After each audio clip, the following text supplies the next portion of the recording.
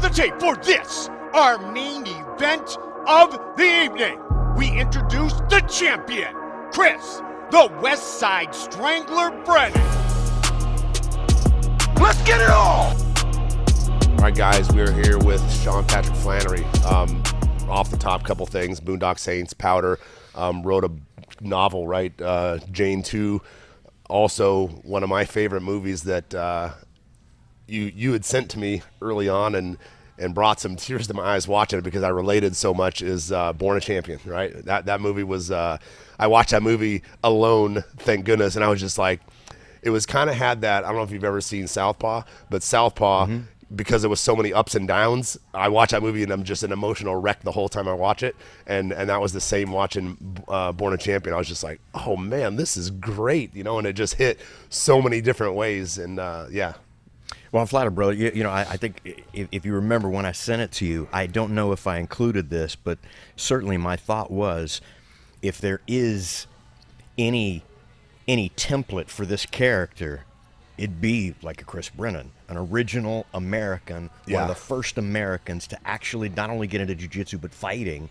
It's so, you know, to say you were a little bit of a catalyst for that film is it's not far from the mark, man. Yeah, well, that might be why it hit the way it hit. Yeah. It's super good. If you haven't seen it, please, you know, I see appreciate it, man. I don't know if you remember the first time we met, and I believe it was the first time we met In a high school gym where you had your no-gi brand. I remember, brother. and we hooked you up with some shorts. Yep, those brown and white shorts, man. the I OEs. was about to ask you if you still have. No, the I brand. sold it to Budo Videos, and so shit. Budo still has it, and they still sell Damn, stuff. you and- gave me a brown and white pair. This is my favorite pair of shorts. And I'll tell you, outside my academy, you know, because we're all pigs, you know, sometimes I'd train and then I'd leave my gi out on a picnic table in the sunshine, and I'd do the same thing with my nigga. And a motherfucker stole those shorts. Oh, man. Yeah, man. That's rough. Somewhere out in L.A., there's a dude running around with some no-gi board shorts. I've got a few pair of certain things left, but the guy who I started with, Jeremy, is one of my best friends. He's got one of everything. Like he's held on to one of everything. That's cool, and man. now, fortunately, the guys, Budo Dave and Jake, send me stuff every time something new comes out. That's I cool, get it, man. You know, it's part of the deal. Yeah. And they're awesome. So it kind of like went. They didn't do anything with it for a little while, and then it's, you know, they started doing it again. And now when I run around teaching seminars, I see people wearing the gear at the seminars, and I'm like, sweet, you know, that's cool. That's cool. But yeah, man. that day is the first time. I think it was the first time I met you. Yep. And it was cool. I was like, yes, here's some shorts. Have these. So how long have you been training? You know, I don't know the exact date. Maybe you can help me with this. Hickson, it was right when Hickson closed the Pico Academy. It had to be 99, maybe as late as 2000, but one of those years. And crazy, you know, you never know what something's going to be in your life. I certainly knew. My granddaddy, I was in Prague, Czechoslovakia. My granddaddy sent me a VHS tape of UFC 1, and he's like, you need to watch this. And because I was martial arts my whole life, you know. And so I knew I wanted to train jiu-jitsu. And Hickson had rented out some space at Jerry Banks' karate studio in the Palisades while he was... Pacific Palisades location. Yeah. So my first class was at, like, his first class in the Palisades. Okay. You know, they came in, they started putting mats down, and I saw the patch on the bottom of the gi, and it said Gracie, and then another, probably some partner that's a plumber named Rickson.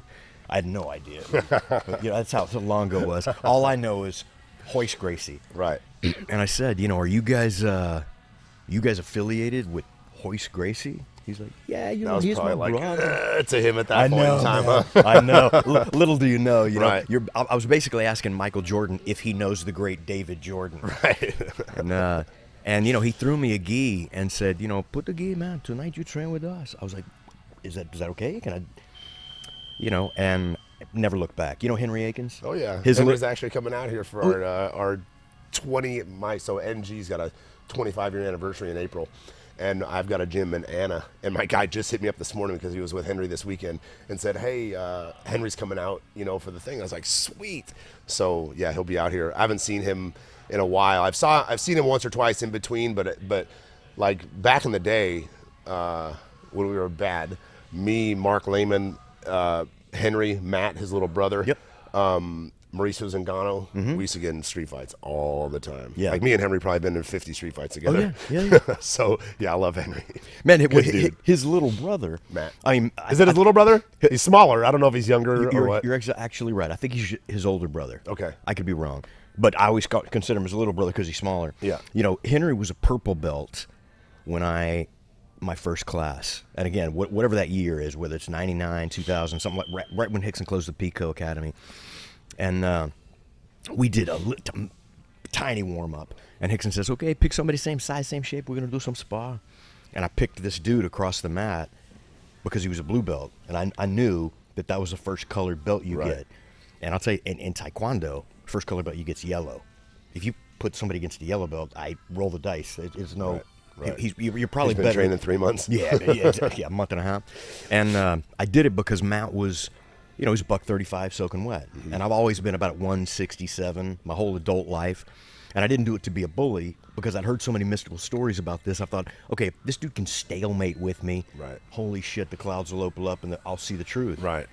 Well, we all know how the story ends. He arm locked, took my back, straight ankle locked, knee barred me, Strangled you. Kimura'd me. Yeah. And I had... There was no part of me that had a recipe to defend anything that he was doing. I got comprehensively wrecked by Henry's little brother. And, there's two types of people in the world. The type of person that says, well, in a street fight with a groin shot and eye gouge. And the type of person that's like, no. If I meet that dude in an alley, he's leaving with everything I hold valuable. Anytime I hear that, it's like they can also groin strike you or eye gouge you or bite you, but from a better position. Exactly. Yeah. Yeah, that's awesome. That's that kind of how I watched UFC 1. I was literally training the next day. Yeah. I was bouncing at a bar with Todd Medina, and there was another bar around the way that Chemo bounced at, and we were all buddies.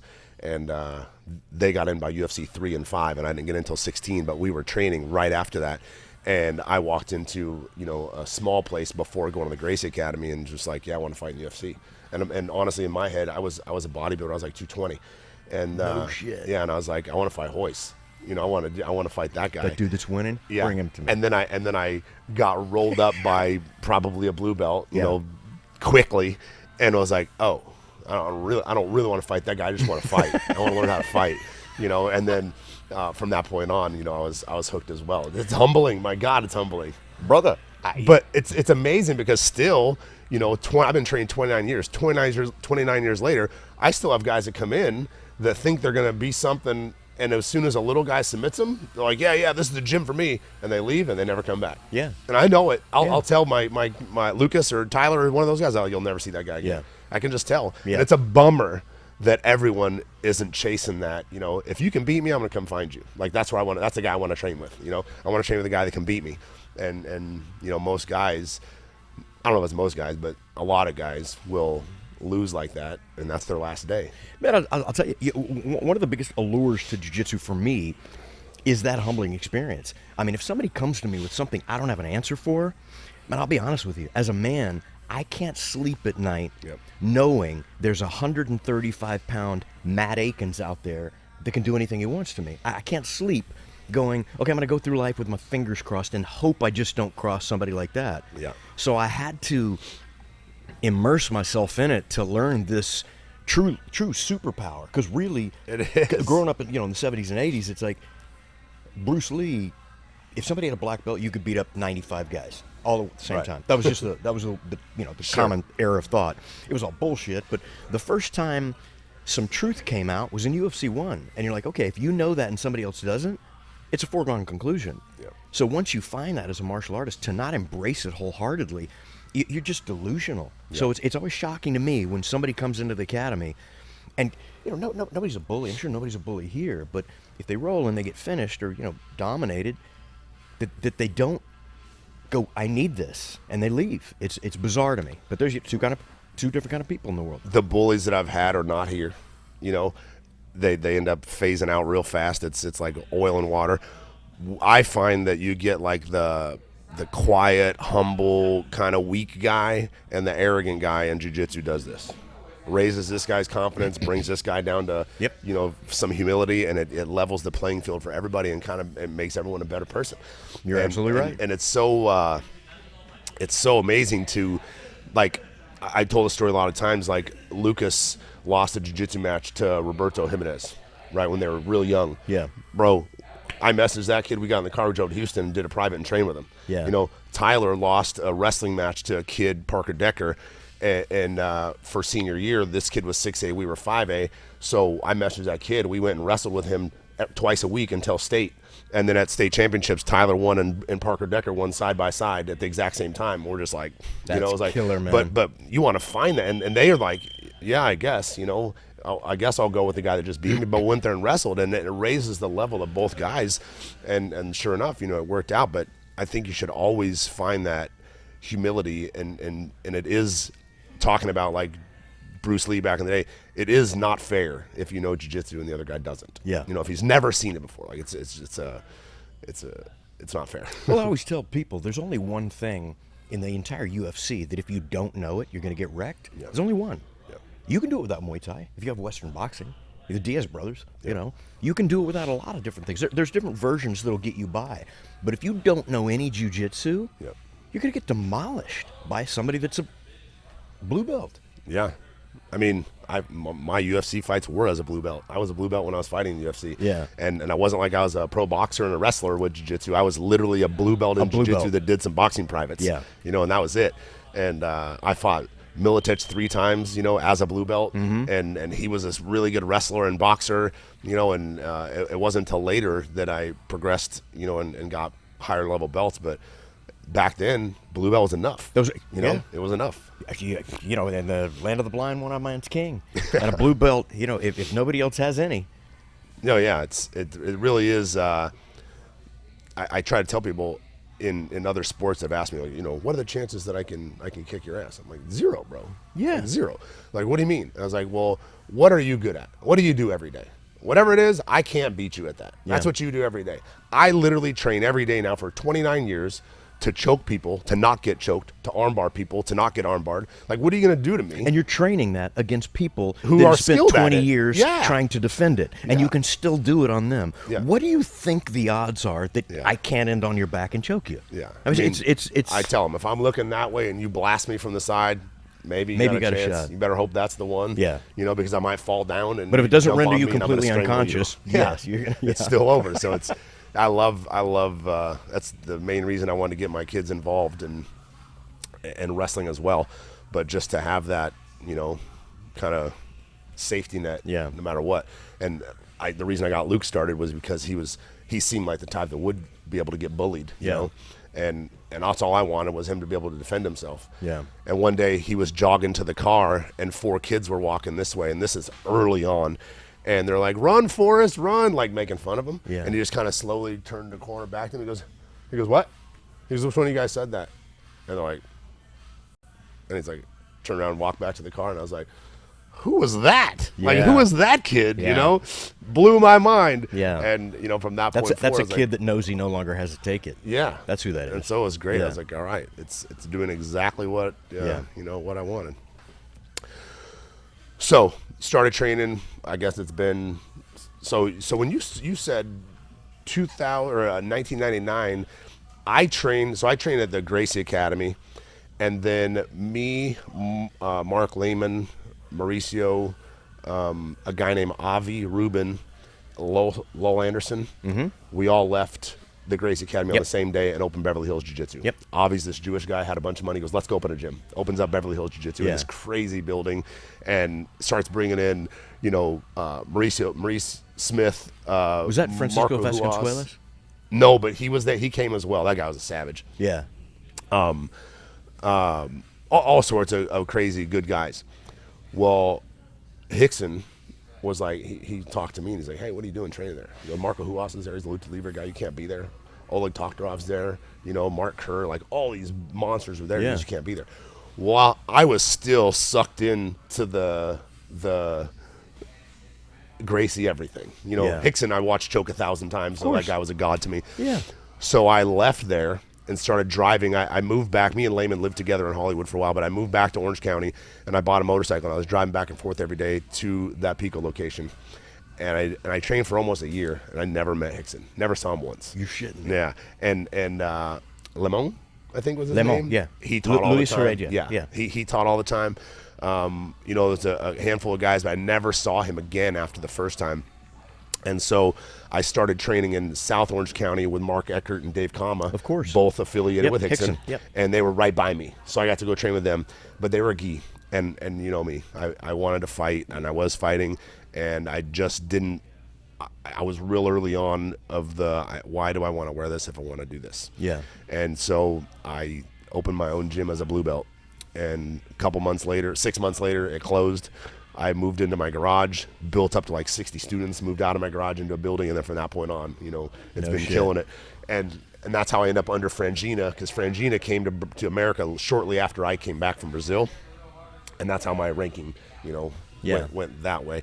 But so I did not. I had already left Hickson's when you started.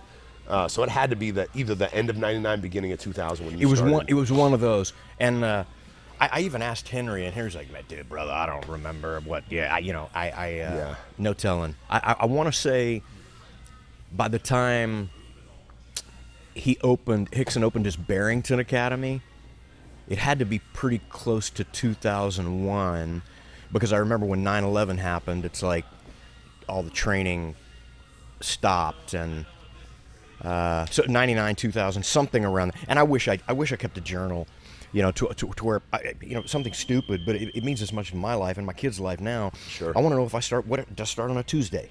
Right. Did I start I want to look back at that date and say, what was I doing professionally then? Was I filming this? Where was I in my professional career that completely took hold of my life and redirected it? Because it did. Right. How old were you when you started acting? Out of college, man. Out of college? I was going to University of St. Thomas, and I was a business major with a focus on law. And the most beautiful girl I'd ever seen at the time was leaving a building every Monday morning. So I did what any red-blooded Texan does: is he drops an English class and signs up for whatever the fuck they're teaching in that building. That's not a joke, man. And it ended up being the theater department, and I liked it. Growing up in junior high and in high school, the theater department was filled with kind of Fruit Loopy people, right. odd, Dungeons and Dragons, and it was more about this weird social culture than actually acting. Right. Like everybody had eyeliner and capes, and they called themselves different names, and I just thought this is not an activity. It sounds like 2022. Yeah, it was. And so I never really got into it, even though I thought, when you're in elementary school and you read a play, everybody gets in a circle of the chairs. And I was always one of the only people that really tried to make the character believable. And I thought, this is fun, man. I like doing it. And I thought I was good at it. But university was the first time that, now that I was in this classroom, that I realized, no, these people it's all about acting. Like there's a bioengineer major, there's a political science major, there's an engineering major, and they're just doing it for the acting and the process. And I loved it. And I thought, man, I'm decent at this. So I wrote a piece of children's theater when I graduated, and I drove out to LA, not to be an actor, because I thought, I don't know anybody in the industry, so there's no nepotism to push me forward, but I knew I can write. So I thought, I'll wait tables, I'll save my money, and I'll produce this play. And so that's how I got into it. Lo and behold, an agent saw the play and suggested submitting me for some commercials. Then I got a string of those. Then she goes, let me submit you on some theatrical, which means TV film. And then I got Young Indiana Jones. So the writing took a back seat, and the acting came to the forefront. Not, very graciously, but I didn't set out thinking I could do this. I went in to be a writer, right. And then it just kind of grabbed me by the nape of the neck and threw me in a different direction. Was that fun to do, the Young Indiana Jones? Brother, it was killer. Yeah. I mean, I rode a horse to lunch. You know what I mean? It was, the cast of characters there, Indy's girlfriends were Elizabeth Hurley, Catherine Zeta-Jones. So you're struggling. Yeah, it was horrible. Christopher Lee, Vanessa Redgrave, and then there's some dude on the call sheet called Sean Patrick. Who the fuck is that guy? It was killer. I mean... How long did that go for? Man, we shot that for 6 years. Yeah. 6 awesome. years. And, not a lot of people watched it. But George Lucas had Star Wars and Indiana Jones, he was kind of holding over Paramount's head. Hey, we'll do a part 4, but you guys got to keep doing the TV show, because he wanted to do 52 episodes to educate, to put it in the school system, and so we did it. So it didn't stay running for that long on merit. It did because George said, "Nah, you can't cancel it, man." But I'm grateful. Every door that's open to me today. The only reason I'm sitting here on your podcast is because I was in the film industry. Otherwise, I'd be some dude that did jiu-jitsu, probably, an attorney somewhere or some crap like that. That's the coolest part about your jiu-jitsu to me, though, is you have gone from white to black belt throughout doing all that. Like some people can only do jiu-jitsu and work their little job, but you're filming movies, you're filming, doing all this stuff and training at the same time long enough to get your black belt and still being successful. I think that's awesome.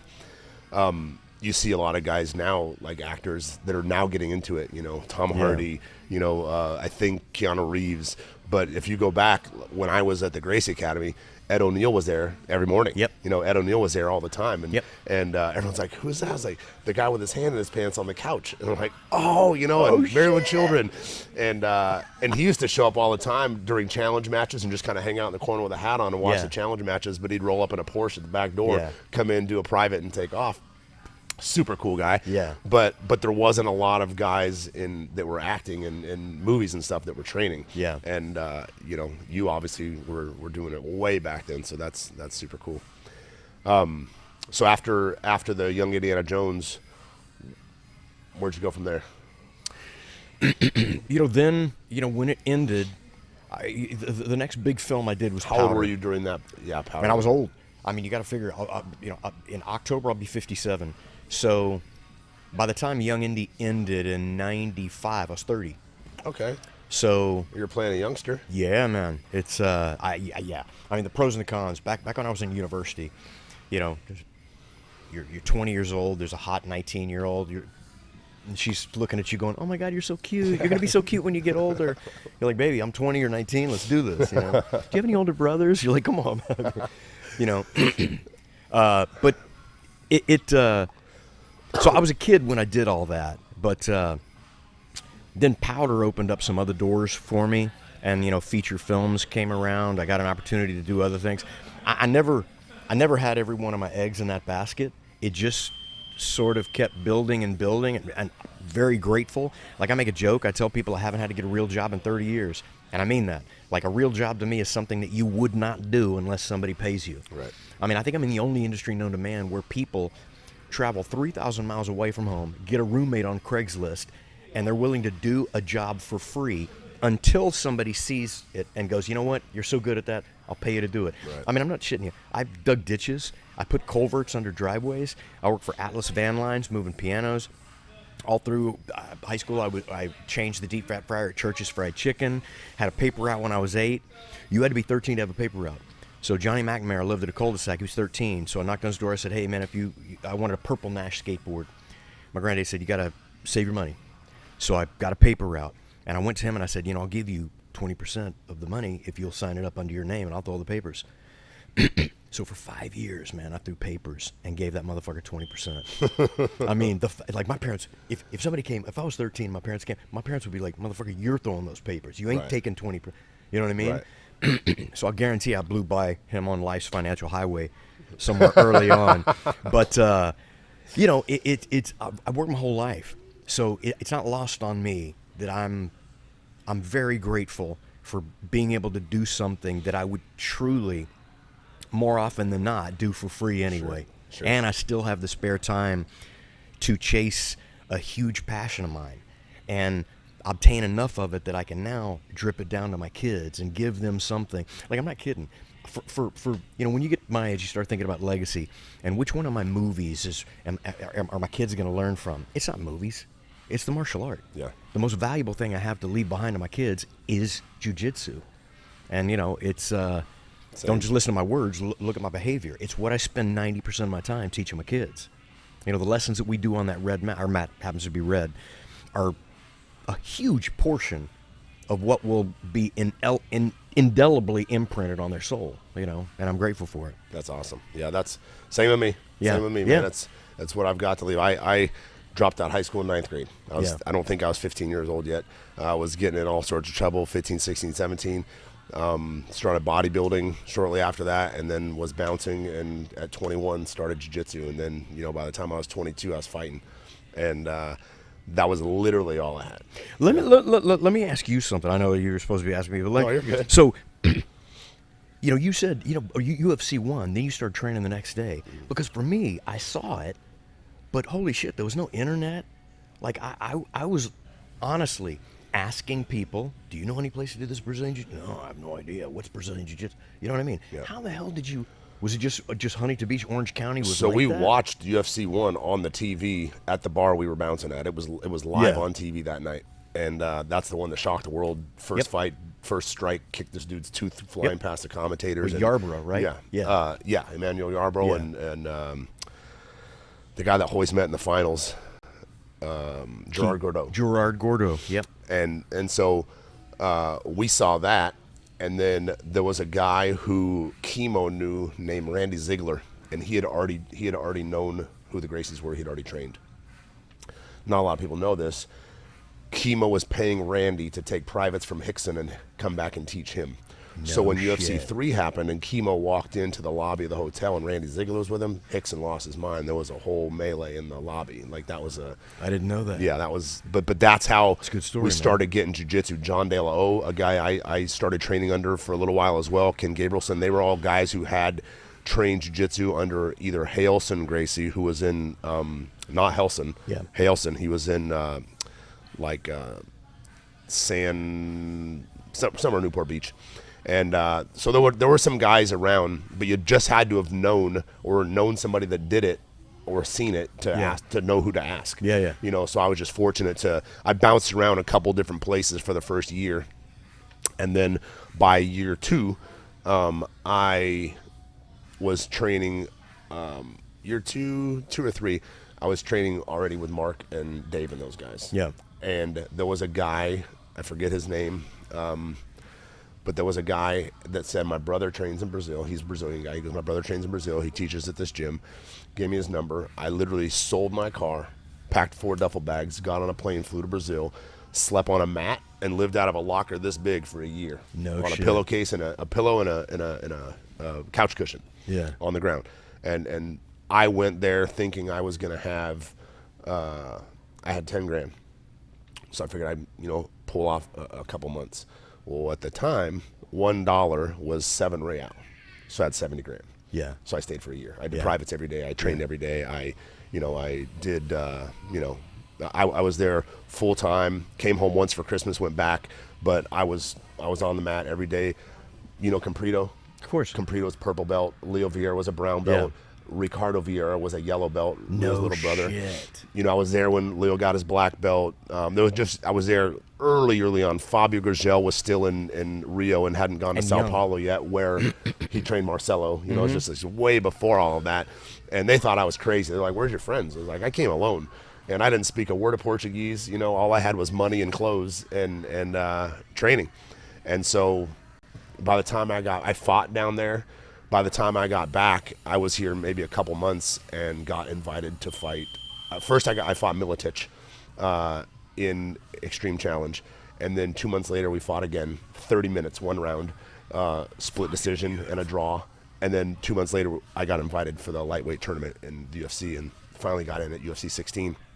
But again, I was a blue belt still, and just training my ass off But yeah, that's how I got. I had nothing else. I had no fallback. I went all in and was like, I'm going to be great at this, or at least good enough to take care of myself. And this is, I had a passion for teaching and still love teaching and coaching. So that was I created a fallback from the fighting through the teaching, and here I am. Brother, that's killer. I mean, it's funny because you're. Are you considered one of the Dirty Dozen? No, I was 14, I think. Are you sure? Yeah, I was just outside. You're 14? Yeah, I was just outside. Because you back when I was coming up, the Dirty Dozen was like, there's only 16 black belts, so that's the first 12. Right. Now there's. I don't even know who they all were. I know Chris Howder. I always remember Chris because he was from the area where I was. Maybe Chris Saunders. Yeah. Maybe Kama. Yeah, maybe Common, Dave, Mark Eckert as well. I'm not sure. Mark Eckert, yeah. Those guys were all, the same area. But, and I know Ghazi was like the first American girl that ever got it. And yeah, it was, but I was close. Crazy, man. I was close. That's ridiculously early adopter. And, people consider me an early adopter. It's like people are like, oh, my God, you were training since the inception. I'm like, no. I was never an early adopter. For when I started. There was an inception before me. Like when I showed up at the Gracie Academy, Lowell Anderson was a brown belt. So how long is it? Richard Bressler was a brown belt. Yeah. Like those guys were already training for long enough in the garage to be a brown belt. And it was Ethan Milius. You know Ethan Milius? You know John Milius? Yep. Ethan, was a purple belt at the time training. And I was like, so I trained with all those guys in the gi. Yeah. And then I wanted to fight so bad. And one day Hoist came downstairs. Everybody take your gi tops off. We're going to go open hand slaps and roll. I destroyed everybody. No shit. And I was like, this is for me. This is all the brown belts that were beating me, all the purple belts that blue. were beating me. I was blue. And I was beating up on everybody, not getting submitted. I was passing. I was doing stuff. And I was like, this is why I want to fight. And then from that point on, my goal, I don't mean to hijack this. No, my goal brother. was to find grips and control and all of that without the gi. How can I slow this game down without the gi on? And that's where my whole game came from that. I'll tell you something. Technical, because obviously, if you want to know what somebody really believes, what is it that they're teaching their kids? We don't do any lapel work. We use the gi as almost like a ankle weights for a sprinter. Yep. My theory is, like, if you can learn to escape while somebody has handles and the friction of a gi, you can do it all day long, no gi. Right. If you can learn to arm lock a slippery, uncoated arm, you can do it all day long if they have street clothes on. For sure. But we don't do anything that doesn't translate to nothing. The only thing that we do that doesn't translate to no gi is collar chokes.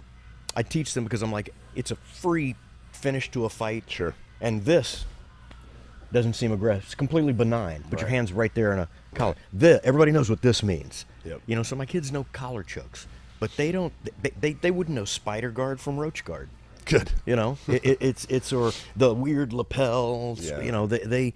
But that so much different stuff now. So much. My God, wild. And when I look at the sporting aspect, it does blow my mind when guys have found a way within the confines of the rules, and there's no blunt force trauma, and there's no striking. They found a way to take their lapel, wrap it under a leg, make a grip, and tilt you off base and balance. They're coming up with ways that. Oh yeah. I mean, it doesn't resemble combat sports, but holy crap, the way that they've evolved, different sweeps and back takes is kind of. It definitely translated away from the jiu-jitsu, from the beginning of jiu-jitsu and the self-defense version of jiu-jitsu. However, and I tell people this, I said, as stupid as that is, if you grab a guy who's never trained before, you're still gonna be able to do it. 100%. You're still gonna be able to do it. 100%. It's that unfair. You can do something stupid that's never gonna work. People say it'll never work in the street. It will. It'll work in the street against a guy who's never seen jiu-jitsu before. 100%. Like if he has, okay, maybe you're not gonna be able to do it. But all of the that's what we found in our getting in trouble days of street fighting. Yeah. People You just realize didn't that know. they have no like this idea. isn't fair. Yeah. This isn't fair. You're like, this guy's not even defending. I'm Yeah. 99% the way here, and he still has no idea what's coming. Yeah. That was wild. So how did you get started in training? You're acting, and then your dad, you said, is the one turned you onto it? My granddaddy sent me the He's the one that VHS sent the of video. UFC 1. My dad was a Golden Gloves boxer, so, coming up in Texas, there's a ton of fights growing up. But the difference is, I've never been in a fight where I thought I was going to get stabbed. I've never been in not until later in life. But certainly growing up in Texas on the football field, there was a fight after every fourth practice. You know what I mean? It was but it was all gentleman fighting. If I showed up and I had 8 friends and you showed up and you had 8 friends and we were to meet behind the U totem by the big green dumpster, if one of my friends picked up a rock and hit you with it, my own friends would beat his ass. Sure. You know what I mean? Sure. Like it was just, that was just never, and now it's just a very different thing. Oh yeah. Where there's knives and bottles. So when I say I grew up in a fighting Texas culture, it's not like it is today. it was almost like, let's play a game of soccer in the front yard, or let's fight. You think you could beat up Mike? Let's and you'd scrap. Let's find out. But you sometimes you'd even keep playing after the fight. Right. So that was a big part of my life. I was a smaller kid. Like I said, right now I'm 169. I've never been a big dude, and I always valued my dad telling me stories about being a Golden Gloves boxer, and there's going to come a time where you need this. So I was always interested in martial arts. Started in a complete McDojo. Then I got into Taekwondo. Age-old story. Right. Until I finally found, jiu-jitsu. When they came in, they started putting these mats down, and it completely changed my life. And How I camped far? out at Hickson's Academy. I made some shitty business decisions because of jiu-jitsu. I mean, I'm not kidding. I wanted to win the Pan Ams, and so I turned down films because I wanted to keep training for the Pan Ams. The Pan Ams, which back in the day, no one fucking knew what it was. Yeah. There was, like, the dude I was in the finals with was he was going to dental school. Like, he's like me. He's a dude that did this shit in his spare time. Yeah. You know what I mean? But it meant that much to me. So, and to be you honest, win? I did win, but I don't regret a Was it fucking worth it? thing. Fuck yes, dude. 100%. Would I be 100%. telling my kids about the film that I turned down? No. Right. It doesn't fucking matter. But stupid little inconsequential achievements. There's 5 people in the world that fucking knew what it was. I don't give a shit. It meant something to me, and I don't regret it for the life of me, man. How long after your granddad sent you the video before you started training? He sent it to me in '93, so six years, man. Yeah. 99. Did you wish that you went and found it then? Oh my God! Like everybody. The only regret every single human being has when they step on a jiu-jitsu mat is, why didn't I fucking start this earlier? Yep. That's it. I've never heard another excuse. Nope. Everyone. Everybody. That's Because awesome. it is the truth. It's what everybody that sought out martial arts was really looking for.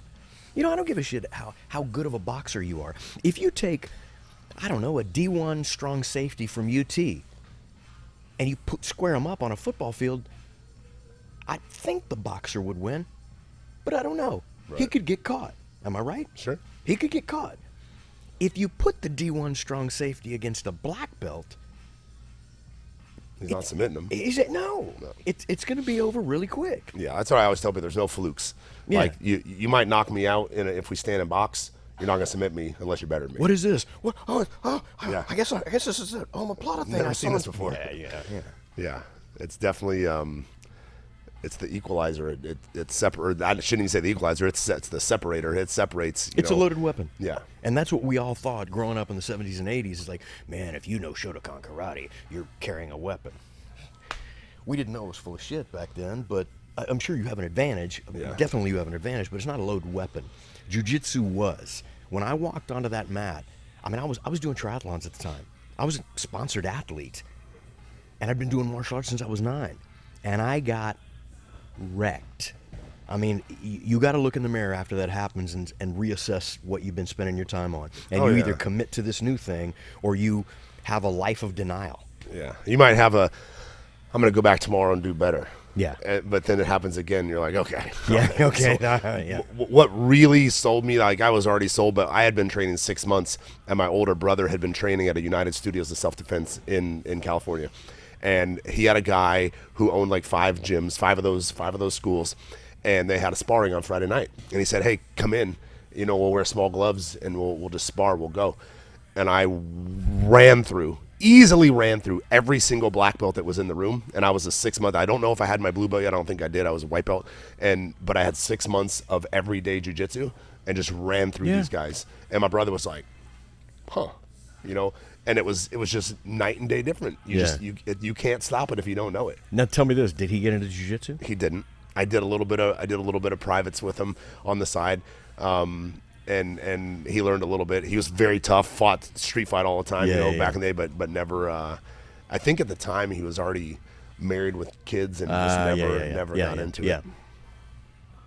But yeah. So, would you say, moving forward, movie-wise, what's your Boondock Saints?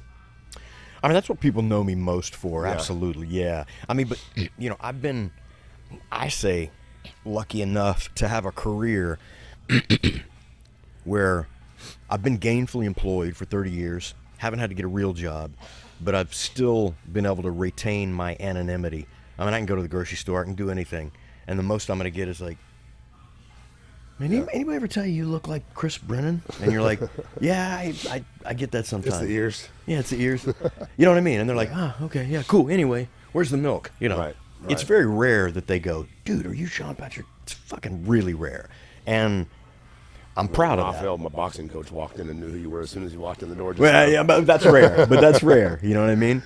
It's and I'm grateful for that. You know, it allows me to travel with a gi and a belt and some no gi stuff and walk into any academy, and I'm on the 5th roll by the time somebody goes, "Hey, dude, that's the guy from."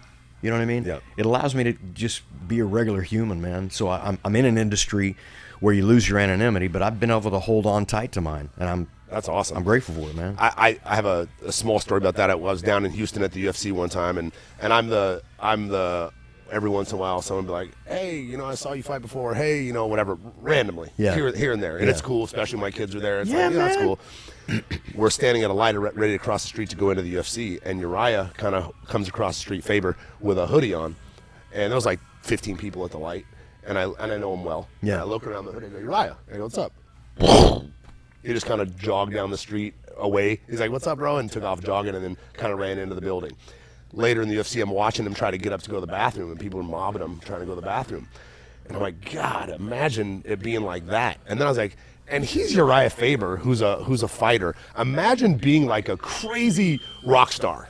You literally can't go anywhere. No. You know? So I kind of enjoy, I'd rather it be a rare and random thing. It doesn't really impede on anything, and I'm sure yours is more than rare or random, but it's rare enough crazy.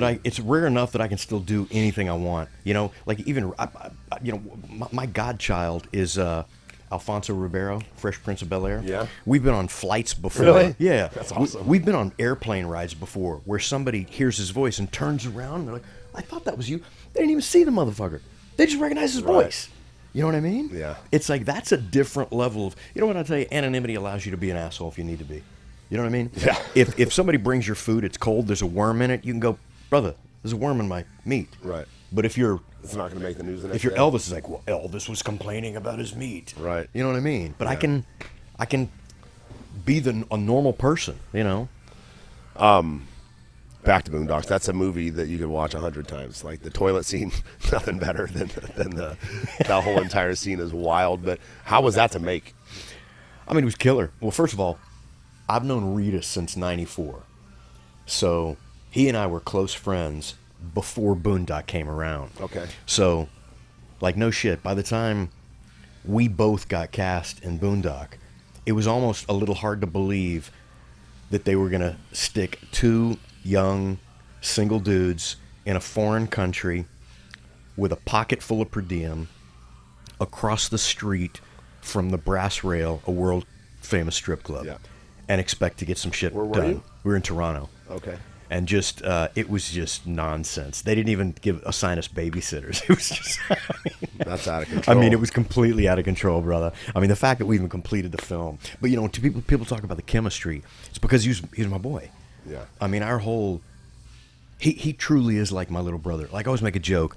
Like, Rita's whole self-defense system when we're in a bar is, where's Flanery? Yeah. Somebody go get Flanery. I've got those friends. You know what I mean? Go get Chris. Where's Chris? You know, it's he's one of the best dudes in Hollywood. Tuesday, he's getting his Hollywood star on the Walk of Fame. Oh, really? Yeah, dude. That's awesome. I mean, it's crazy to think that we came up together doing Boondock, which was an independent film, man. Nobody knew people were. You know, I always look at my career, or pretty much any actor's career, as, you know, the iceberg. You know, you see the 4% that's sticking out of the water. Sure. Dude, all of my time is spent making all this shit that nobody ever sees. Right. And we didn't know Boondock was going to be outside of the surface of the water.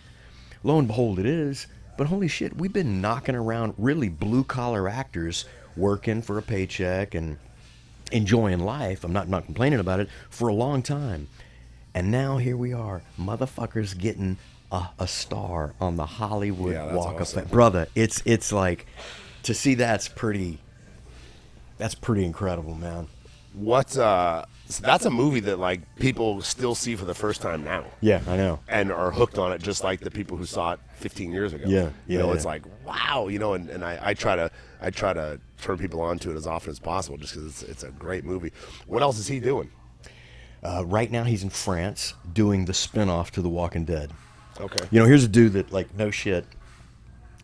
Daryl Dixon wasn't even a character in the comic book, right? Or he wasn't a character in the show. And so they wrote in this character. And I don't know, you're too young to remember Happy Days, but Happy Days was about... I'm not. Yeah, no? It was all about all right, me too, brother. Well, it was about Richie Cunningham, the show. Okay. Until episode 7, and they realized, oh, no. Fonzie's the breakout character. You know what I mean? It was really the Fonzie show. Well, Walking Dead's the same way. I mean, here was this ancillary character. They paid him nothing to come and do one episode. People loved it so much, they're like, well, let him do a second episode. Oh, shit, they like it? Let him do a third. By the end of season 1, He's a star. He was Fonzie, brother. Yeah. I mean, just completely stole that lunch money and ran home with it. And to see one of your closest buddies just, you know, some people may say, well, you know, he was pitched a line drive right over home plate. My motherfuckers would have fouled that. He hit it. Or maybe hit a single. That dude parked it over the center field fence into the fucking parking lot. Yeah. Sat Mark McGuire the fuck down with that swing. You know what I mean? Yeah. It's like, as nobody else could have done that. I mean, that is a role that he is, you know, branded on his soul, and it's emblematic of who he is as a dude. It's just, and it's killer to have a shotgun seat to watch that happen to one of your best buddies. Yeah, that's awesome. You guys are still buddies. Yeah. Awesome. I talk to him all the time. Okay, so I wanted to ask you when we first brought up Powder, is that one that because you have to look at that character and stare at it for a minute to know that it's you. Yeah. Is that something that was that prevented people from knowing it was you in that movie? Do you ever get that? That was you? Nobody ever knows I'm Powder. Like, I'm not kidding. When I'm not minimizing. Well, there's a few, but it's rare. It ain't rare. Yeah. It never happens. Nobody. It's I feel like you have to be like a Jim Carrey to put the mask on to know that the mask is Jim Carrey, but you got to be that guy. Yeah. Otherwise, yeah, you had to see him in the dressing room. Yeah. It's I mean, I'm proud of that film. I wish more people had seen it. But no one recognizes me from that. I mean, whenever I got that part, I remember I shaved my head before I had to drive to where we were shooting it, and I looked in the mirror and I thought, all right, I'm not to be arrogant, but I'm like, I'm still a decent looking dude. Yeah, I can still pull some chicks. Then, man, when I shaved my eyebrows, brother, I was like, I may be single the rest of not anymore, brother. I looked like some weird androgynous mosquito larva. You know what I mean? Yeah. It's odd what these little strips of hair do, and they frame your face and your personality. And I just looked odd. You know, without the makeup on, I'd be at an Italian restaurant, you know, grabbing a bowl of pasta, and you could see people going, you know, like you went out? Yeah, I went all the time, man. Like when motherfuckers like, I can't go out to eat by myself. I'm like, I got to movies by myself. I do everything by myself. If I'm out of town and I don't know anybody. Right. But yeah, you'd see people pointing and going, what the fuck's up with that guy? Also, I lost weight. I wanted this guy to look like a kind of a porcelain statue, you know, so I went down to like 145 pounds or something. Oh, wow. So he was an odd looking dude, but it was interesting to see people point and whisper. They could tell something was up, but they didn't know. Like, nobody's looking and going, look, that dude doesn't have eyebrows. They just know something's off. Yeah, he looks weird. That's a weird look. How long? You got to put makeup on every day. Is that a long process or no? Man, if I had long sleeves on and the only thing exposed was my head and my hands, 2.5 hours. And Still 2.5 hours. it was winter time, and so they used an airbrush. And an airbrush is compressed air, so it comes out at like 40 degrees. Because of the airbrush and the paint, you had to leave the doors to the trailer open for ventilation. So it's 30 degrees in dead of winter, and they're blowing 40-degree air on me. I sat for 2.5 hours, just shaking, getting the makeup on. But if there is one negative aspect about this job, and I'm not trying to be soft, holy crap, that's it. But if that's the worst part, right? You know what I mean? Where I'm laying in a chair listening to music, getting spray painted, I'll take it. When did you start? I guess looking back now or listening to what you said, you started writing. That was the first thing you did. First thing I did. And then, did you do anything big before Jane 2? Or was that the first like novel that you had written? It's the first thing. Like I said, I moved out, to be a writer. The next thing I wrote for a couple of periodicals. People would request, details, detour, stuff like that. And then the editor of Jane magazine, which is like a cosmopolitan kind of thing. Her name is Jane Pratt. And she called and she asked if I would write something for a magazine. I had no idea what I could possibly lend to a chick's magazine. But I said, and she said, why don't you write about your first kiss? And I thought, wow, serendipity. Oddly enough, something happened to me when I was a kid that I always wanted to write this story down. I said, I'll tell you what, I'll write this as a short story and I'll give it to your magazine. So I did. A number of companies came out of the woodwork trying to get the rights to the story, a little personal story for me, so I politely turned it down. I said, I'll write a script. I don't want to sell it to anybody, but I'll write a script and I'll approach you guys in the order in which you approached me. And I did, and the first company set it up immediately. Lo and behold, they wanted to do it in the second quarter of their second option period, and they were bouncing around. Like an age-old story in Hollywood, it's like you could take a script about a nunnery, and with enough producers involved, it'll end up on Honolulu Beach with mohair thongs, right. And you know what I mean? It just like subtle change. It started going in that direction, and so I took the rights back, and I just slept on it. And then in 2015, I decided to write it as a full-blown novel, and I put the word novel down there because I didn't want any people in the book to set my house on fire that might have taken it the wrong way. And the book came out, and the same thing happened. Then a number of companies came out and want to make the film. So now I'm in the stage of, converting it into an updated screenplay to include new elements of the story, because a novel is far greater expanse than, an article for a magazine. But it's very flattering, that people see something in that story. Right. And that was really the next thing for writing. Then in 2007, I was sitting in my bed, and I wrote a short story. The MMA Underground. Yep. Oh yeah. Somebody wrote a thread saying, "Tell us your best story. Write your best story." And I read that and sat in bed in 2007, and I wrote the Mickey Kelly story. Okay. About the origins of MMA, and I didn't really convert it into a script until 2011. But I knew that story. I'm like, I want to make this as a film. And then it took a while, 2019, you figure into actually 2007 to 2019 from when I wrote it to when it comes on the screen. I think we released it in January of 2020 or 21. So, it's a long process to get a film made, man. Yeah, and to convince people to, loosen purse strings, because it's an expensive prospect. But, grateful that people took a shot at it. I'm grateful that people dug it, I'd imagine at first it's difficult just to get them to read it.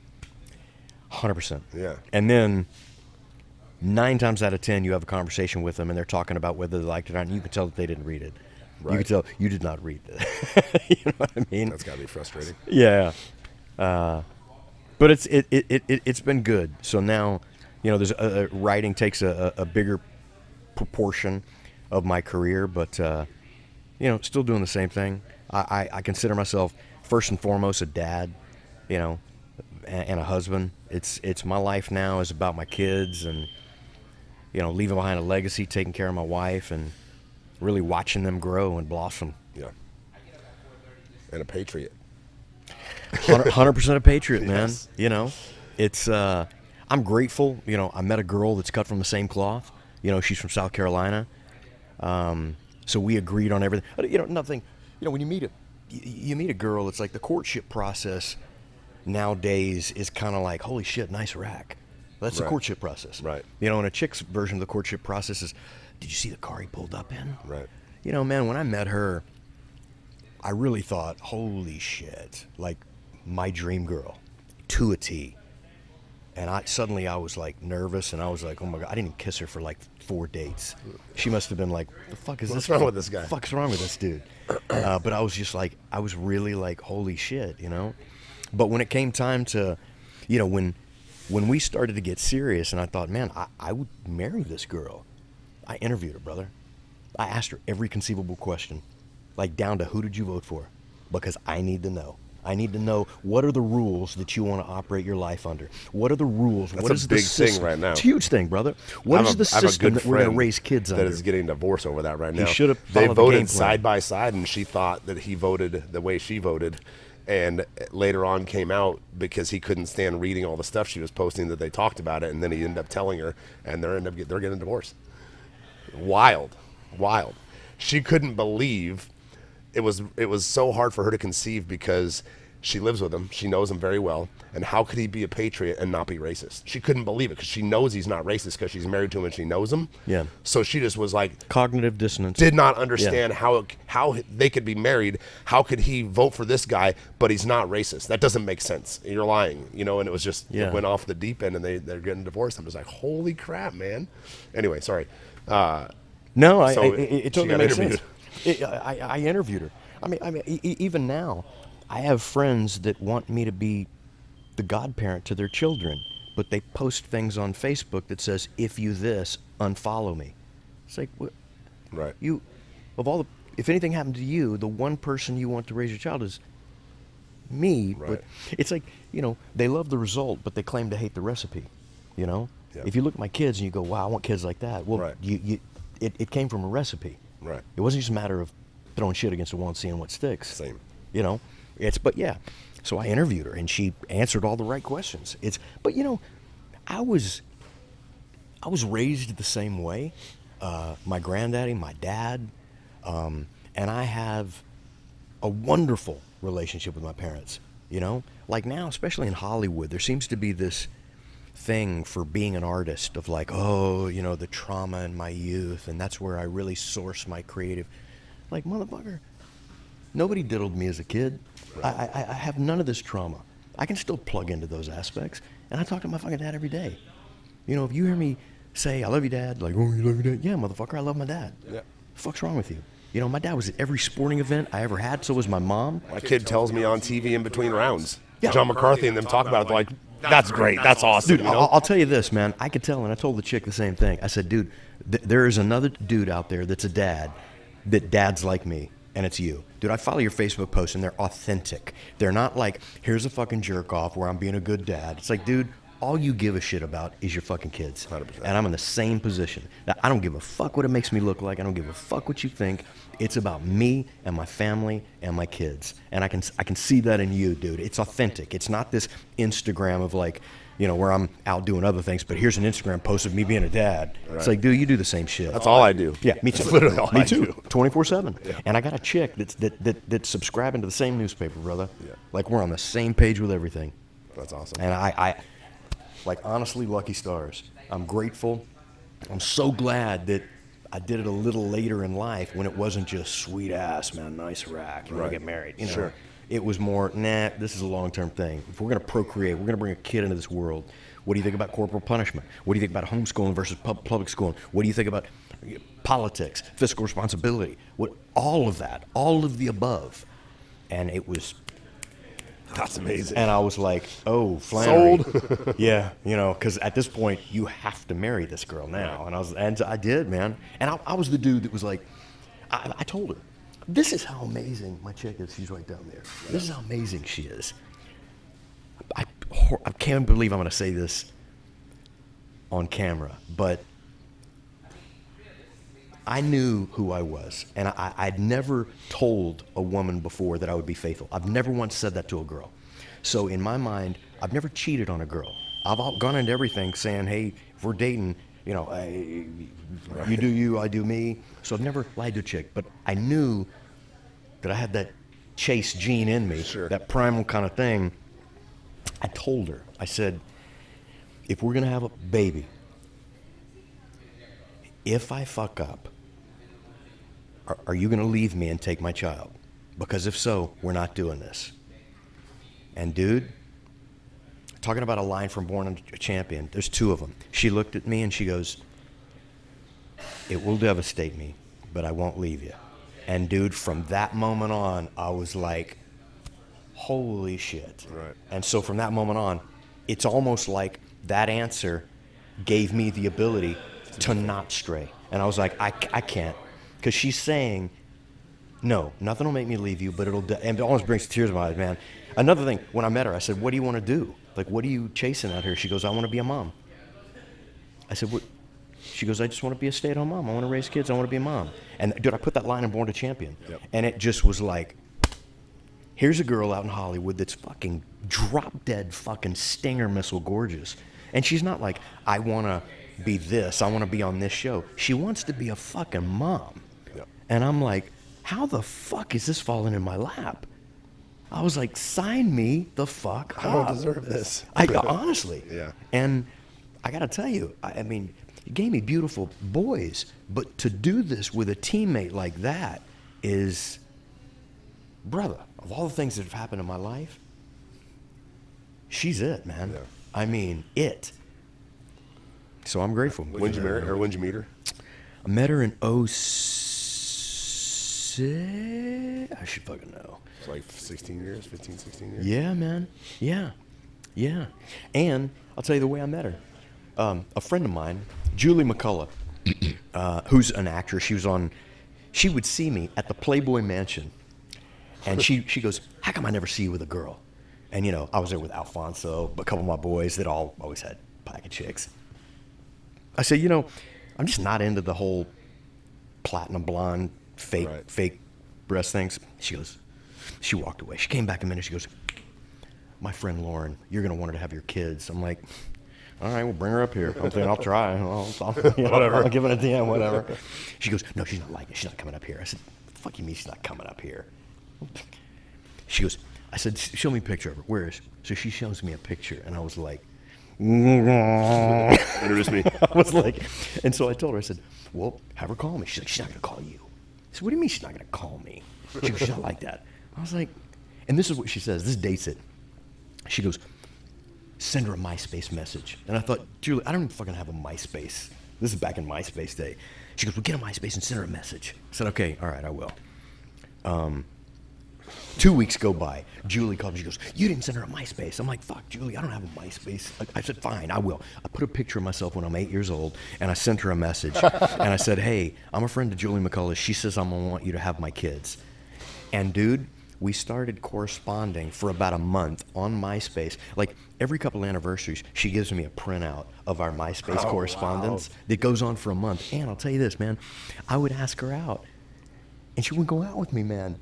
I was like, "Who the fuck is this chick? She's a fucking stinger." And I was like, you know, I'm gonna be having a meeting at this restaurant.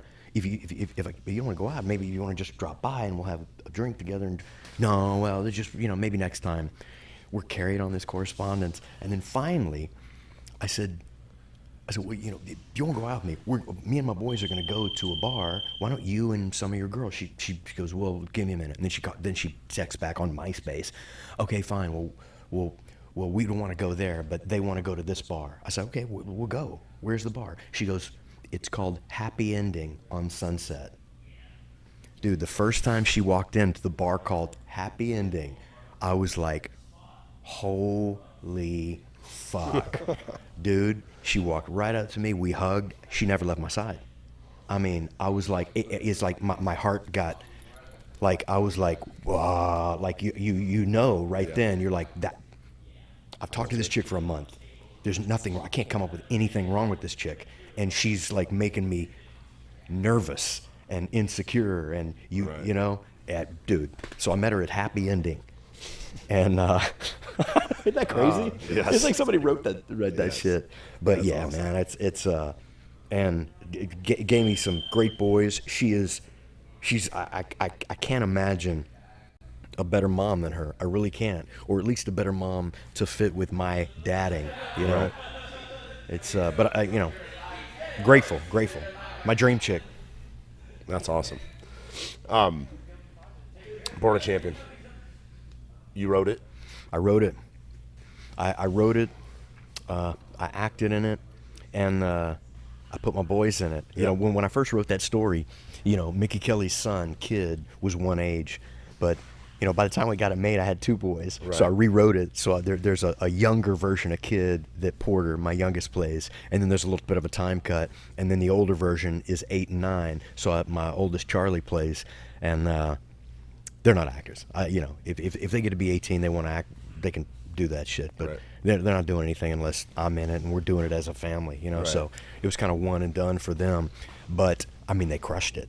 They stole the show, and I don't know if you watched in the credits. It's me and Charlie rolling during the credits. Yeah. It's I watched it numerous times. Oh man, I Yeah, appreciate numerous it, times. brother. I appreciate it. But you know that's being a martial artist. It's and having given that to them for so long, to have something like that permanent for us to look back on, brother. Yeah. It's like for me too. For me, watching that film is like it gets heavy, because that immortalizes us and our family relationship. And like I said, I gave lines to the Layla character that came out of her mouth. Right. Really what makes Mickey fall in love with her. And he goes, "What about you?" And she goes, "Well, I want to be a mom." It's like, excuse me? We're in LA. Like, what the fuck? What do you mean you Yeah. want to be a mom? It was just something as simple as that. It's like, wow, you're completely different than everybody in this entire almost country. You're willing to say that out loud? Like, that's a derogatory term now. And you're pretty much saying, I want to stay at home and raise my offspring. Yeah. Which is honorable and amazing. She fucking said that to my face.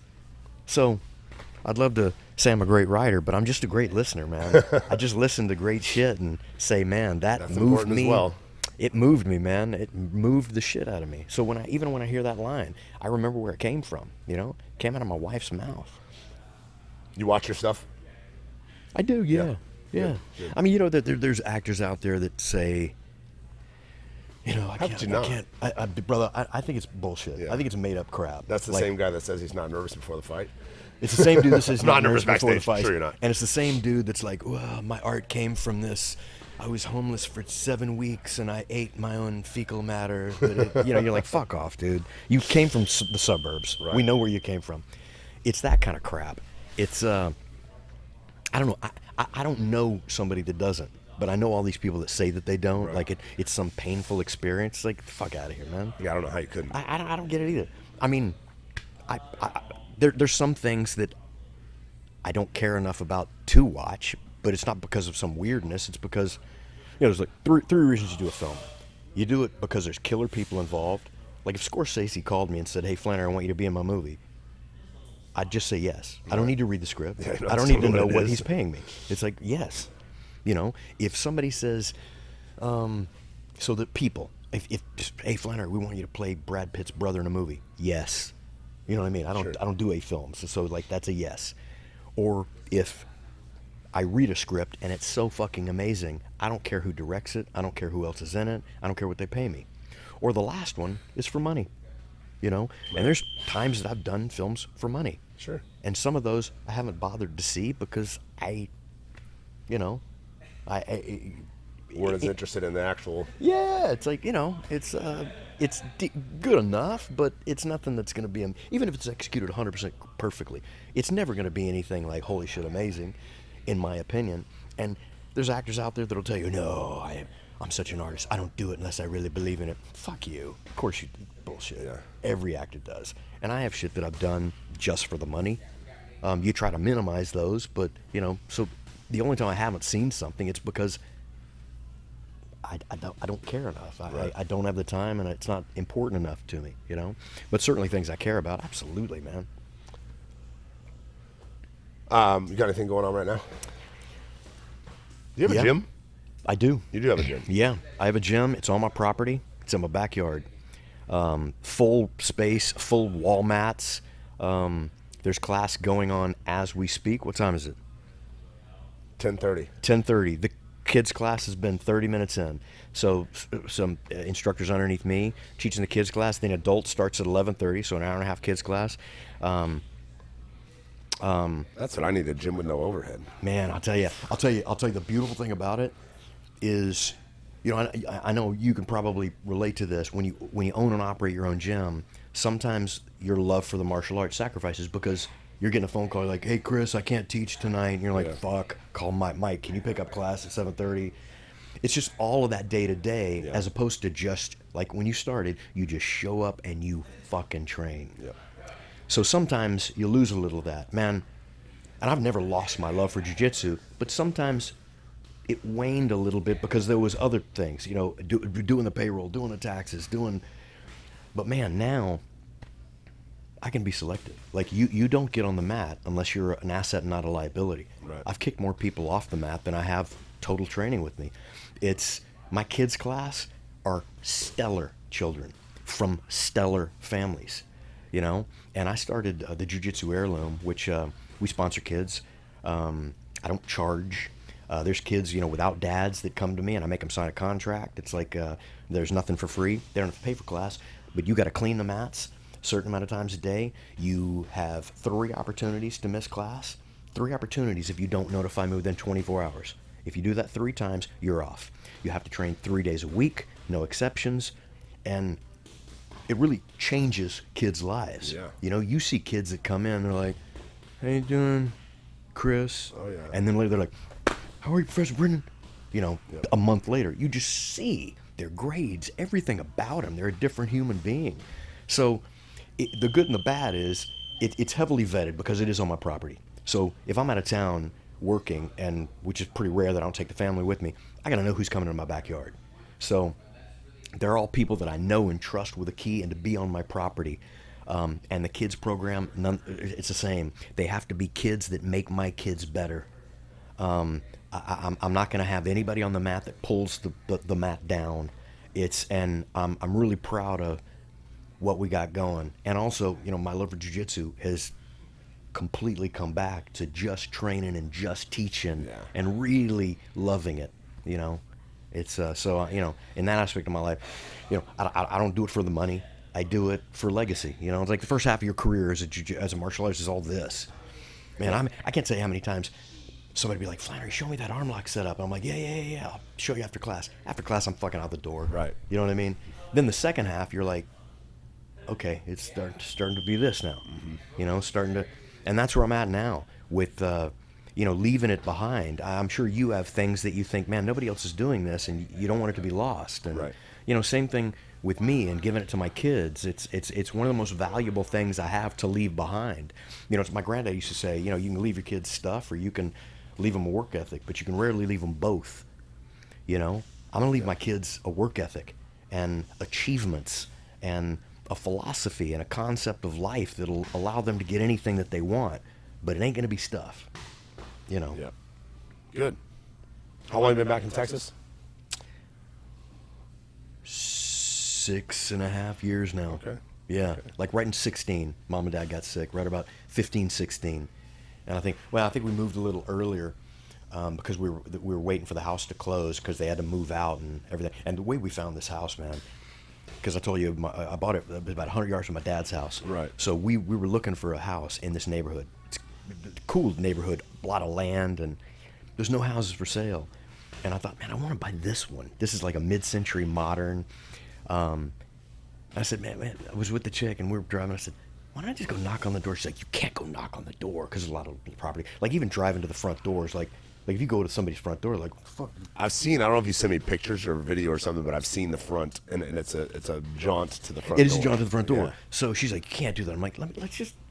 So man, we parked on the street, walked all the way up, knocked, and you could see the dude came around and he looked like, who the fuck's knocking on the door? On my property. And I said, hello, sir.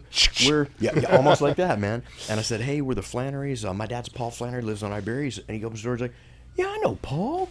I said, I'm Sean. He's like, you're Sean. I'm like, yes, sir. I said, just a random question. Any possibility you'd be interested in selling your house? He goes, well, oddly enough, I retire in December. We were going to put it on the market in January. And I thought, holy shit, man. Wow. And that's how we got the house, man. I knocked on his door. That's awesome. And then I lost my parents, but the last handful of years, my kids got to grow up with their mama and granddaddy like I did. Like my mama and granddaddy were at every waking moment of my life. And so for 2.5, 3 years, they saw him every day. That's awesome. You know what I mean? Yeah. So it's not like, oh yeah, that guy we went to their house at Christmas. It's like, no. They watched Full Metal Jacket on the Barca Lounger in my granddaddy's lap. They have all those memories. You know what I mean? Yeah. Awesome. How often you go on the mat?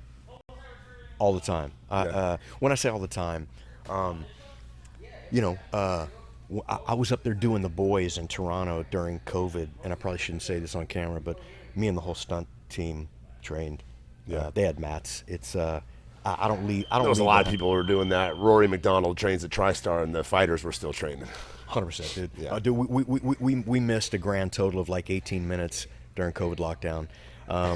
I'm not joking. It's too important to me. And when you understand what the medicine of a jiu-jitsu mat, it has more. It's more medicine than a pharmacy. Yeah. To shut that off is sacrilegious in my viewpoint. I train.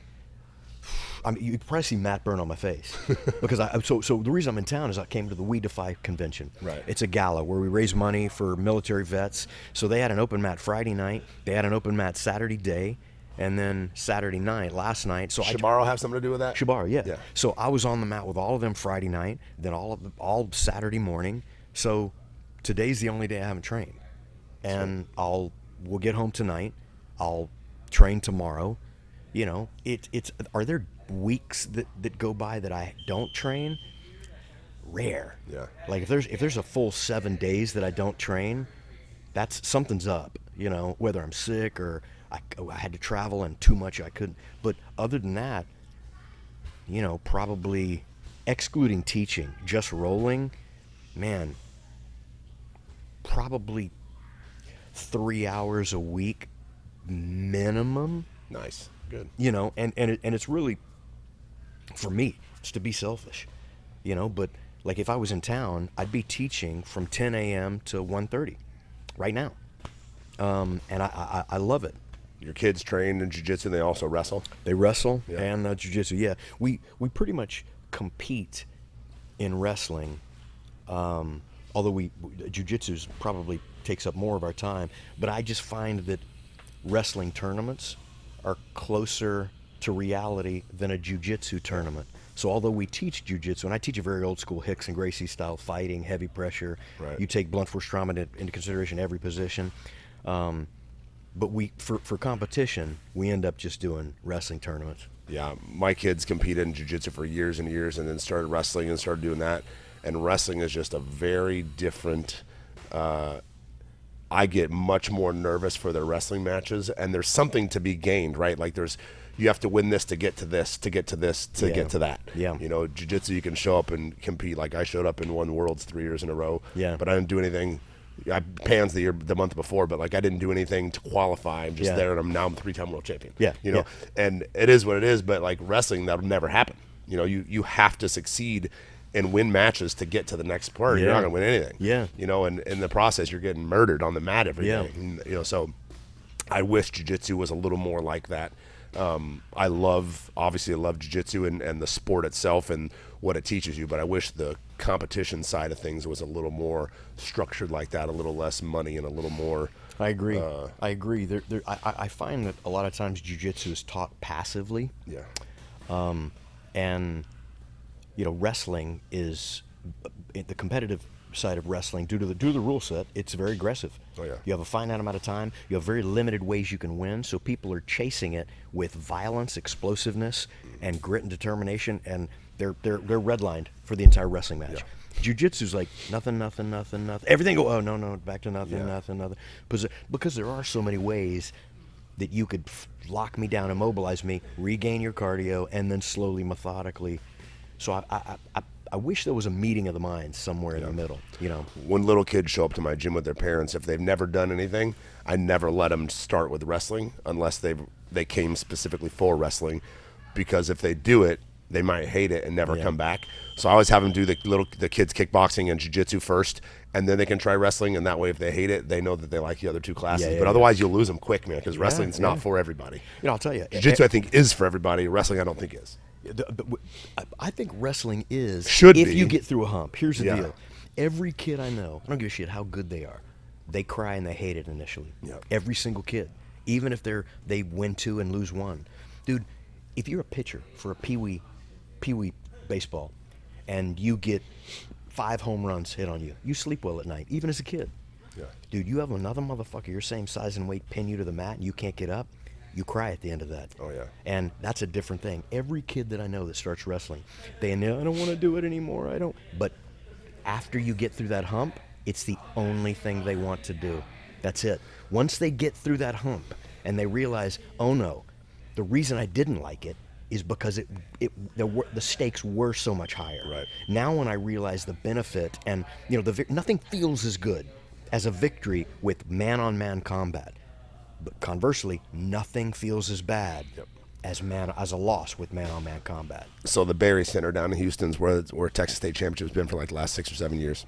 There is a staircase, a stairwell, that I wanted to somehow legally set up a camera in, because kids come through that door either bawling their eyes out or cheering. Yep. And there will be a kid sitting on the ground crying on the phone, and a kid coming through the door, yeah, and a kid sitting around the corner on the stairs, which was my kid once, crying. Yep.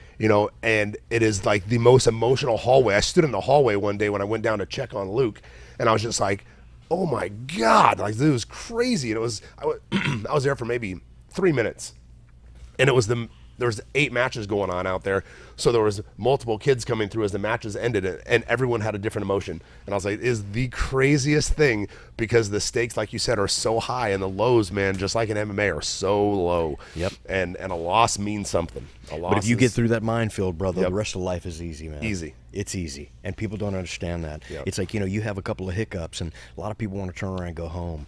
But if you stay through that and you get to the other side, man, it's just like, I tell you, hey, my game, the biggest influence on my game is Henry Akins. Dude, I don't know, he'll tell you, 5,000 privates with the dude. Yeah. I trained with him non-fucking stop. The biggest influence. But I'll tell you what that motherfucker used to do. I was a white belt. He was a purple belt. He wouldn't let you out from the mount. Like, not a submission, just mount. And I'd be tapping, and he'd, dude, you ain't tapping to that shit, and fucking slapping me in the face. I'm like, and I'm so glad He's so long. Dude, I'm so glad I went through that tunnel. I'll be honest with you, man, I was a grown man. And sometimes I'd get up after the round be over, and I'm like, Flanery, you okay? Yeah. Oh, yeah. Yeah, no, I'm good. And I wasn't good. Oh, yeah. Dude, I was like on the verge of tears as a grown man. And I would never want to do it again, but I'm so grateful that I went through that tunnel of like... Kept coming back. You know what I mean? You're not going to break me. Yep. You're not going to break me from just... uncomfortable. I'll find a, you know what I mean? I'll find a little like a breathing through a straw. I can breathe. Yep. You know what I mean? There's a tiny millimeter of lifeline that I can see through, and I'm so grateful that I came through that tunnel. It's like when I tell my new students, like, the most valuable thing I can give you is the ability to survive under extreme duress. The second most important is to actually escape. Yeah. I tell my students the 4 milestones. The number 1 milestone, you want to be able to roll with a training partner for 5 minutes and stay alive. That's it. So you sign up. So you're going with a 3-stripe white belt. You're brand new. You want to go 5 minutes with him and not get finished. Once you start doing that with practice regularity, the second thing, now I'm rolling with him for 5 minutes. I'm not getting finished. And on occasion, I'm escaping bad positions. Once you start doing that with practice regularity, now I'm rolling with him for 5 minutes. I'm escaping all the bad positions. And on occasion, I'm positionally dominating him. Right. Then when you do that with practice regularity, that's when we throw a submission on it. Yep. You know what I mean? Yep. Now you're staying alive. You're escaping all the bad. Your position dominate, and then you cap it off with a submission. But the most important for me is not being broken without a joint lock or a choke. Just from panic, claustrophobic, holy fuck, I have to get out of this, but they won't let you. Yep. Finding your way through that tunnel. Then you can start to think of the technique to actually extricate yourself from a predicament. But until you can find that happy place, I don't give a shit what technique you have. It ain't working if you're panicking. And maybe I'm in the puss category, but holy shit, man, there was times where Henry would smother my ass and you ain't tapping to that shit. And I realized, dude, I just went like that, and you pretty much said fuck off. That ain't a sub. And you had to Yep. You had to go somewhere, and over the course of time, then you no longer had to go there. You just existed in that. I'm good. I'm good. The most valuable thing I have through jiu-jitsu is that, man. I was claustrophobic when I first started, and if anyone mounted me, I freaked out, man. And I just created a good guard so no one's passing. Yeah. Escapes right away. And I had to go through, like, in my fight camps, I was the coach, so it sucked. So I'd bring all my guys with me to Big Bear, and I would have to go round robin through everybody to get to a point where I'm getting beat. Yeah. And I had a guy named Alex Sergikov, a Russian kid who trained me for a long time and then was teaching at Fairtex. But he would get side control on me at the end of all these rounds, and bro, killing me. And literally where it would happen 2 rounds in a row, you know, where it circled back to him when practice was over, I go sit in the back and Yep. the same thing like when I trained Marco Huas. He used to beat me to death, dude. I would go in my bathroom and lay on the floor and sob, you know. And my brother's like, I think he needs to go to the emergency room. I'm like, I'm fine. But it's just, I lived, right? I lived, and then it changes you. It changes you dramatically for life. Yep. For life. It's the closest thing that I can think to torture is knowing that they're not going to open a door and let you get out. Yep. You got to go to a happy place and make it happen. And I'm grateful for that motherfucker. And he could pushing kill me you. through that Joe tunnel. Rogan talks about it all the time. I could kill you. Like 100%. it's literally you kill the guy over and over and over and around and just happen to let him out when he taps. Yep. You know, but it is training to kill somebody Yeah. over and over and over again. Yeah. And until you get past that where you're not getting killed every day. Yeah. You know, it's like, woo. and the mere flutter of your hand saves your life. Yep. You know? Yeah. Wild. Awesome. Anything else? No, brother. I mean, So it's grateful to have you on the show, man. Dude, So dude, awesome. honestly, man, it's you're like my kids think, you know, my students think I'm an OG. Like they think I'm an OG. You're an OG. Ah, bro, but It's only a few years dude, after me. brother, when I started, there was a handful of OGs. It wasn't me. I was a white belt dude. When you were in '99, what were you? I got my black at the end of 99. But you fucking black belt at '99, dude. It's an honor, it's a privilege, man. I grew up watching all your fights. I certainly know every aspect of your career. More importantly, dude, what I see you doing with your boys is unparalleled. It's rare, it's honorable, and it's tangible. You can smell the authenticity in everything you do, and I honestly know that is your life right down below you. I would give up every win I ever had for one fight camp with him just to go through that process, and then the wrestling and stuff with Tyler until he fights. As soon as we got, I told everyone this story when we got to Bellator, and it was Lucas Brennan and then Chris Brennan and Rafael Casillas were little names underneath. I was like, fucking made it. You made it, man. Dude, I'll tell you making when it your for me. offspring does something like that, and for that reason alone, everybody wants a story behind a fighter to root for. Conor McGregor made a story whether you hated him or you loved him or he made his own story, brother. For us, the reason that they know Luke Skywalker Brennan is because of my respect for you as a dad, not even as a fucking fighter. That's cool. I mean, it's cool as shit, but the fact that you went through all of that. And you ended up being that level of black belt dad, the level of black belt that'll even sit down your level of black belt in martial arts, which is hard to fucking sit down. Dude, that story makes us a fan. And there's no other reason. I follow your other son, who's a D1 college wrestler, an absolute stud. It's because of you. It's because of what I see you doing with your boys. And I think in that respect, I hope at least we're cut from the same cloth, dude, because that is my goal. That is all I want to do is make them the best individuals that they can, not just for performance and sports, but better human beings. Like I use wrestling and jiu-jitsu to make better human beings. I mean, if championships come, that's cool, but I know what this mat does. It makes people better, and I see you doing that on a daily basis. So, dude, it's an honor and privilege to be here. I appreciate it. I want to come down and train. Anytime, brother. You're more than welcome. I'd like to bring you up here to do a seminar or something. Dude, Awesome. it'd be an honor. It'd be my honor. Awesome. Thank you. You're very welcome, brother.